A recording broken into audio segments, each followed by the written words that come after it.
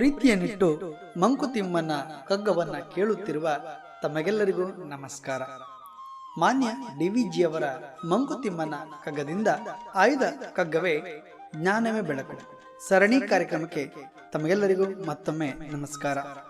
ಇಂದಿನ ಸರಣಿ ಸಂಚಿಕೆ 145. ನಾನು ನಿಮ್ಮೊಂದಿಗೆ ಕರುಣಾಕರ ಬೆಳಕೂರು.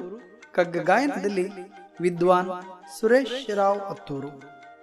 ಬನ್ನಿ, ಇಂದಿನ ಕಗ್ಗ ಮಾಲಿಕೆಯಲ್ಲಿ ಮಾನ್ಯ DVG ಅವರ ಕಗ್ಗವನ್ನು ಕೇಳಿ ಬರೋಣ.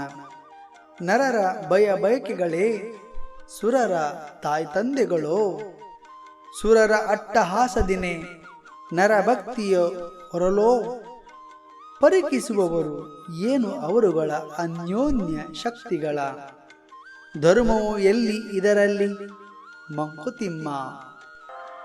ನರರ ಭಯ ಬಯಕೆಗಳೇ ಸುರರ ತಾಯಿ ತಂದೆಗಳೋ,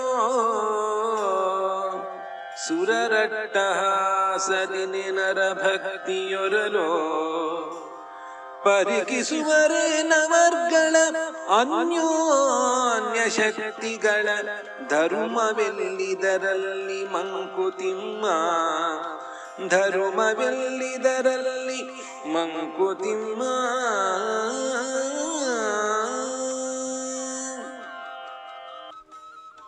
ಬಂಧುಗಳೇ, ಮಾನ್ಯ DVG ಅವರು ಈ ಕಗ್ಗದಲ್ಲಿ ಮನುಷ್ಯರ ಆಸೆಗಳೇ ದೇವತೆಗಳಿಗೆ ತಂದೆ ತಾಯಿಗಳೋ ಎಂದು ಪ್ರಶ್ನೆಯನ್ನ ಕೇಳುತ್ತಾರೆ. ಇಡೀ ಜಗತ್ತನ್ನ ಸೃಷ್ಟಿಸಿದವ ಮತ್ತು ತನಗೆ ಹೇಗೆ ಬೇಕೋ ಹಾಗೆ ನಡೆಸಿಕೊಂಡು ಹೋಗುವವ ಆ ಭಗವಂತ. ಹಾಗಿರುವಾಗ ಮನುಷ್ಯನು ತನ್ನ ಸಣ್ಣ ಪುಟ್ಟ ಆಸೆಗಳನ್ನ ಈಡೇರಿಸಿಕೊಳ್ಳಲು ಬೇರೆ ಬೇರೆ ದೇವತೆಗಳನ್ನ ಸೃಷ್ಟಿ ಮಾಡಿಕೊಂಡಿದ್ದಾನೆ. ಆಸೆಗಳೇ ತಂದೆ ತಾಯಿಗಳ ಸ್ಥಾನದಲ್ಲಿರುವುದು ತತ್ವ ಅಲ್ಲವೇ? ಈ ವಿಚಾರವನ್ನ ಗುಂಡಪ್ಪನವರಲ್ಲಿ ಬಹಳ ಸೂಕ್ಷ್ಮವಾಗಿ ಉಲ್ಲೇಖವನ್ನು ಮಾಡ್ತಾರೆ. ಈ ಭೂಮಿಯ ಮೇಲೆ ನೂರಾರು ದೇವತೆಗಳನ್ನು, ದೇವರನ್ನು ಮನುಷ್ಯನು ತನಗೆ ಹೇಗೆ ಬೇಕೋ ಹಾಗೆ ಕಂಡುಕೊಂಡಿದ್ದಾನೆ. ಮರ ಗಿಡಗಳಲ್ಲಿ, ಪ್ರಾಣಿ ಪಕ್ಷಿಗಳಲ್ಲಿ, ಹೀಗೆ ಪ್ರಕೃತಿಯ ಪ್ರತಿಯೊಂದರಲ್ಲಿಯೂ ಕೂಡ ದೇವರನ್ನ ಕಾಣುವಂತ ಮನೋಭಾವ ಮನುಷ್ಯನಲ್ಲಿದೆ.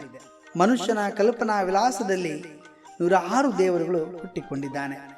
ಆ ಮೂಲಕವೇ ಆಸೆಗಳೇ ತಂದೆ ತಾಯಿಯ ಸ್ಥಾನದಲ್ಲಿದ್ದಾವೆ ಎನ್ನುವ ವಿಚಾರವನ್ನು ಇಲ್ಲಿ ಗುಂಡಪ್ಪನವರು ಹೇಳುತ್ತಾರೆ. ಕಗ್ಗದಲ್ಲಿ ದೇವತೆಗಳು ಎಂದು ಉಲ್ಲೇಖವನ್ನು ಮಾಡುತ್ತಾರೆ. ದೇವತೆಗಳು ಪರಮಶಕ್ತಿಗೆ ಅಧೀನವಾಗಿ ಕಾರ್ಯವನ್ನು ನಿರ್ವಹಿಸುತ್ತವೆ. ದೇವತೆಗಳು ಅಟ್ಟಹಾಸದಿಂದ ಇರಲು ಮನುಷ್ಯರು ಹೆದರಿ ತಮ್ಮ ಬಯಕೆಗಳನ್ನ ಈಡೇರಿಸಿಕೊಳ್ಳಲು ದೇವತೆಗಳನ್ನ ಭಕ್ತಿಯಿಂದ ಪೂಜಿಸುತ್ತಾರೆ. ದೇವತೆಗಳು ಮತ್ತು ಮನುಷ್ಯನ ನಡುವೆ ಒಬ್ಬರನ್ನೊಬ್ಬರು ಪರಿಕಿಸುವ ಪೈಪೋಟಿ ಇದೆಯೋ ಎಂಬ ಸಂಶಯವನ್ನ ಕೂಡ ಇಲ್ಲಿ ಕವಿ ವ್ಯಕ್ತಪಡಿಸುತ್ತಾರೆ.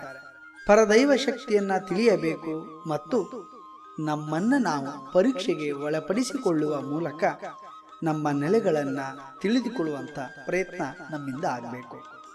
ಆ ಮೂಲಕ ಪರದೈವವನ್ನ ಅರಿಯುವ, ತಿಳಿಯುವ ಪ್ರಯತ್ನವನ್ನ ಮಾಡುತ್ತಾ ನಿರಂತರವಾಗಿ ನಮ್ಮ ಬದುಕನ್ನ ಆತ್ಮಾವಲೋಕನವನ್ನ ಮಾಡಿಕೊಳ್ಳಬೇಕು.